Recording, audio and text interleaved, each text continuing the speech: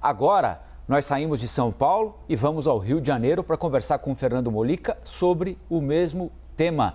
Tudo bem, Molica? Bom dia, bem-vindo ao Liberdade mais uma vez, hein?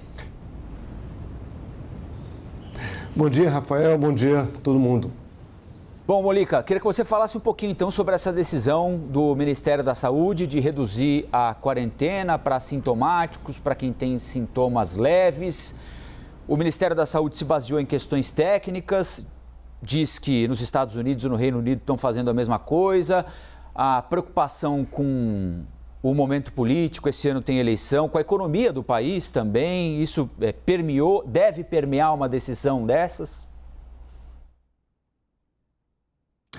Rafael, sabe qual é o problema?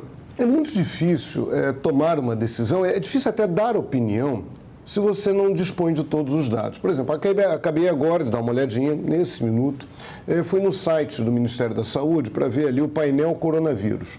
Sabe quando é que foi a última vez que ele foi atualizado? O painel coronavírus traz números de casos, números de mortes, internações. Bem, a última atualização foi às 17 horas e 50 minutos do dia 9 de dezembro. Ou seja, tem mais de um mês que esse painel do coronavírus não está atualizado.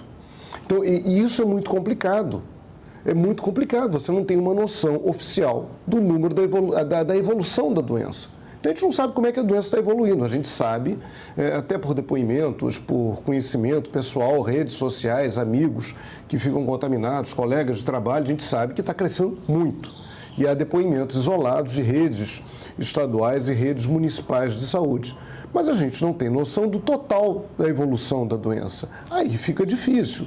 Até mesmo chegou a se formar, alguns veículos de imprensa chegaram a formar um consórcio para coletar esses dados, mas há dificuldades, porque muitas vezes dados de pequenas prefeituras médias, iam primeiro para o Ministério da Saúde, onde eram coletados. Então a gente está num apagão de dados. Perguntar quantas pessoas hoje estão infectadas pela Covid, pessoas que foram testadas e confirmadas, ninguém tem essa resposta. Aí fica muito difícil. Mesma coisa ontem em relação a esses dados, né, que é o tema agora desse primeiro comentário, sobre a questão da quarentena. Primeiro, que quarentena é essa? Pelo que eu entendi, que eu vi lá trechos da entrevista, vi as reportagens nos jornais, nos sites, enfim, na CNN, fala que seria mais a autoquarentena, aquela quarentena que você se impõe, a pessoa que está contaminada se impõe para, enfim, não espalhar a doença. Ok, mas aí é uma decisão pessoal. Primeiro que é uma questão, qual o primeiro dia de infecção? Como é que você define? São 7 dias, 5 dias, 10 dias. Qual é o primeiro dia de infecção? É o dia que você faz o teste? Mas quando você faz o teste, você está infectado há quantos dias? O teste não diz o número de dias que você foi infectado. Se você não sabe o D0, né, de onde começa, como é que você vai saber qual é o D5, o D7, o D10? Aí você vai se dar uma alta, você vai se dizer, não, que já estou 10 dias, eu estou 7, eu posso ir para a rua, estou sem sintomas. Como assim? Se tem gente assintomática, gente com outros sintomas, é tudo muito difícil. Fica muito difícil tomar uma decisão e isso não ficou claro na comunicação ontem no Ministério da Saúde. Eles falam em dados do Reino Unido, falam em dados dos Estados Unidos. No Reino Unido, a testagem é muito mais simples de ser feita. Eu tenho um filho que está morando em Londres. Ele fez diversos testes públicos com muita facilidade. Aqui no Brasil é difícil fazer teste. Semana passada eu cheguei a ficar 3 horas na fila de um posto de saúde da prefeitura para fazer um teste. E há também uma outra questão. Muitas vezes eu conheço casos de pessoas que no mesmo dia fizeram o teste rápido e fizeram o PCR.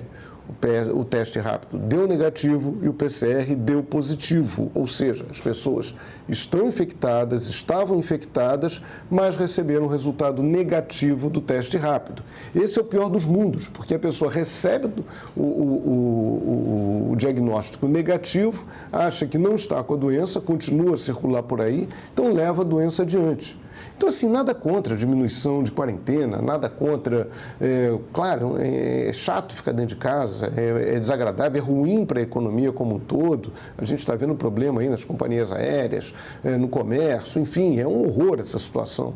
Não é bom. Agora, pior é sair espalhando o vírus. E a gente não ter critérios claros. Faltou isso ao Ministério da Saúde. Faltou definir.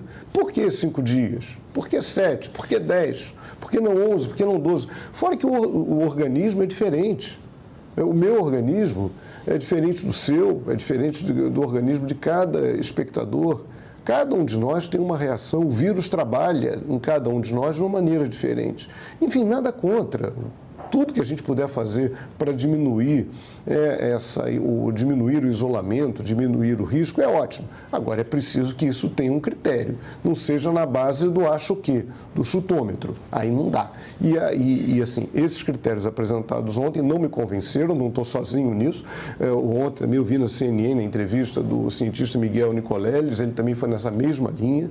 Disse, calma, é um pouco precipitado, isso não está claro.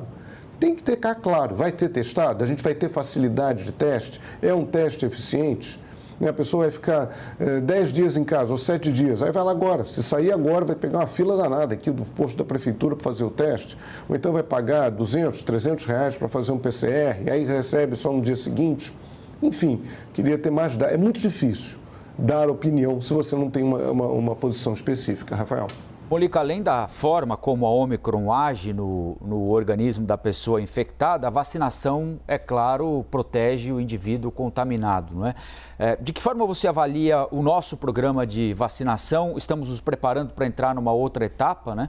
A partir da semana que vem, provavelmente, começar a vacinar as crianças de 5 a 11 anos. Como é que você avalia todo esse processo já de um ano de vacinação por aqui? Está dentro daquilo que você esperava? Podia ser melhor?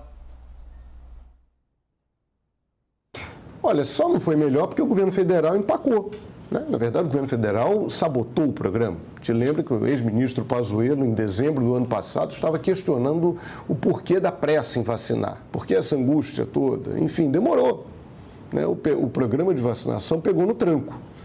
Acabou sendo a pressão feita pelo governo de São Paulo, na prática, né, do Butantan, trazendo a vacina chinesa, iniciando a vacinação, fez com que o governo federal se tocasse, se coçasse e começasse o seu programa, que foi eficiente, está sendo eficiente, apesar das sucessivas declarações, principalmente do presidente da República, questionando a vacina. Ele não tomou vacina, ele questionou várias vezes a vacina, diversas vezes ao longo de 2021, ele lançou dúvidas sobre a viabilidade dessa vacina, criticou a vacinação infantil, arrumou uma crise com a Anvisa, disse que não vai vacinar a filha.